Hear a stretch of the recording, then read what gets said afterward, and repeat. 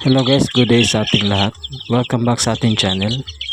Today's activity ay magvavaksin tayo ng ating mga alaga. But before that, please don't forget to like and subscribe our YouTube channel. At ngayon guys ay magvavaksin tayo ng sterile phosphate, buffered saline o clone to prevent Newcastle's disease. Ika nga nila guys, prevention is better than cure at important din ito sa ating mga alaga. Kung gusto mo makatipid or makasave ay magvaksin ka sa iyong mga alaga. Mas magastos at sayang din sa oras kung mamamatay lang din naman sila. By the way guys, ito nga pala nabili ko ay for NCD or Newcastle's disease ay good for 1,000 heads. But konti lang ang ating mga alaga guys.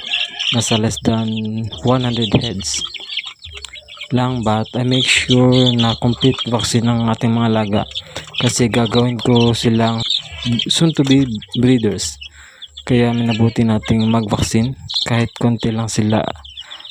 Maybe next week ay magvavaksin tayo, Falfax vaccine. At eto na guys, let's begin.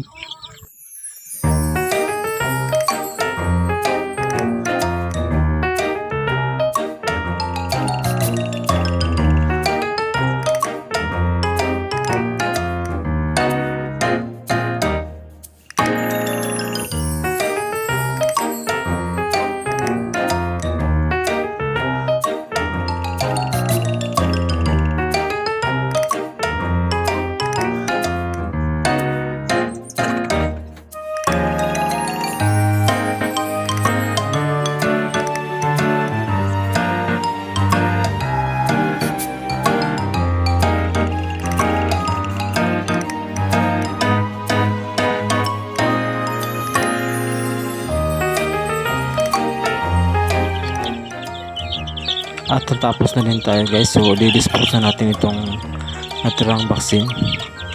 Ibabaw natin ito sa lupa.